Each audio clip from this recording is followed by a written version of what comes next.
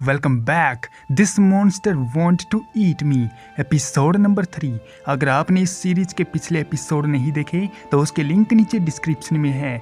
Episode की शुरुआत सीधे पिछले एपिसोड के प्रोमिस से होती है। शियोरी जो कि एक मरमेड योकाई है, वो हिनाको को समर फेस्टिवल पर ले जाती है। दोनों साथ में मेला घूम रही हैं। शुरुआत में माहौल खुश मिजाज है, चारों तरफ लोग हैं, स्टॉल लगे हैं, खाने पीने की चीजें हैं। शियोरी हिनाको को कैंडी एप्पल या कुछ मीठी चीजें खरीद कर देती है। शियोरी खुश होकर लोगों को देखती है जो कैंडी या स्नैक्स खा रहे हैं और हिनाको को भी खाने के लिए कहती है। शियोरी हिनाको को थोड़ा स्पेशल फील करवाने की कोशिश करती है, जैसे उसकी तारीफ करके या साथ रहकर, लेकिन हिनाको का मूड अचानक बदल जाता है जब वो कैंडी एप्पल या कोई चीज खा रही होती है और मेले का माहौल देखती है तो उसे पुरानी यादें आ जाती हैं। वो याद करती है कि बचपन में वो अपने परिवार के साथ ऐसे ही मेले में गई थी।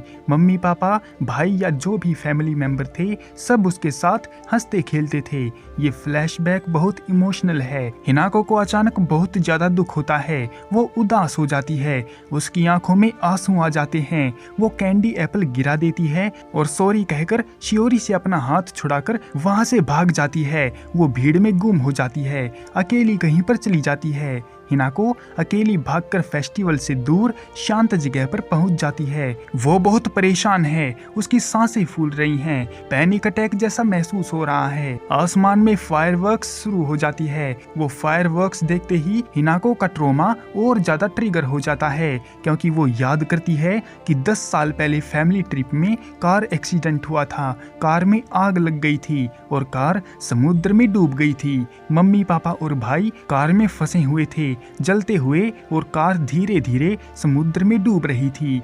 हिनाको बाहर थी, खून से लथपथ, लेकिन वो जिंदा बच गई थी। उस समय हिनाको को लगा जैसे किसी ने कहा, हिनाको तुम्हें जीना है। वो आवाज शायद या तो उसके किसी फैमिली मेंबर की थी या उसकी खुद की सबकॉन्शियस थी। इसी वजह से वो खुद को मार नहीं पाती, भले ही वो बहुत मरना चाहती हो। सर्वाइवर गिल्ट बहुत है उसके अंदर कि अकेली सिर्फ वो ही क्यों बच गई। ये सब फ्लैशबैक में दिखाया जाता है। बहुत इमोशनल और दर्द भरा सीन। शियोरी उसे ढूंढती हुई वहां पर आती है, देखती है कि हिनाको रो रही होती है।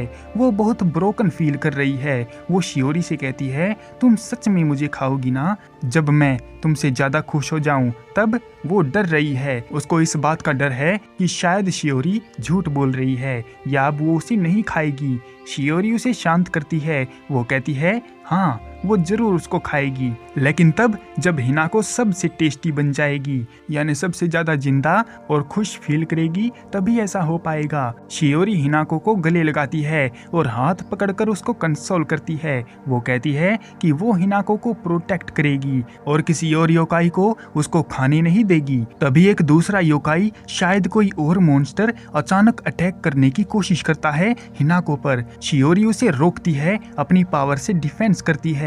वो बहुत स्ट्रॉन्ग तरीके से उस योकाई को भगा देती है और मार देती है। ये सीन दिखाता है कि शियोरी सच में हिनाको की प्रोटेक्शन के लिए सीरियस है। फिर शियोरी हिनाको से कहती है कि वो उसे खुश रखेगी ताकि वो परफेक्ट बने खाने के लिए। लेकिन ये सब सुनकर हिनाको को थोड़ा अजीब लगता है, क्योंकि शियोरी की काइंडनेस असली लग रही है, लेकिन उसका मकसद उसे खाना है।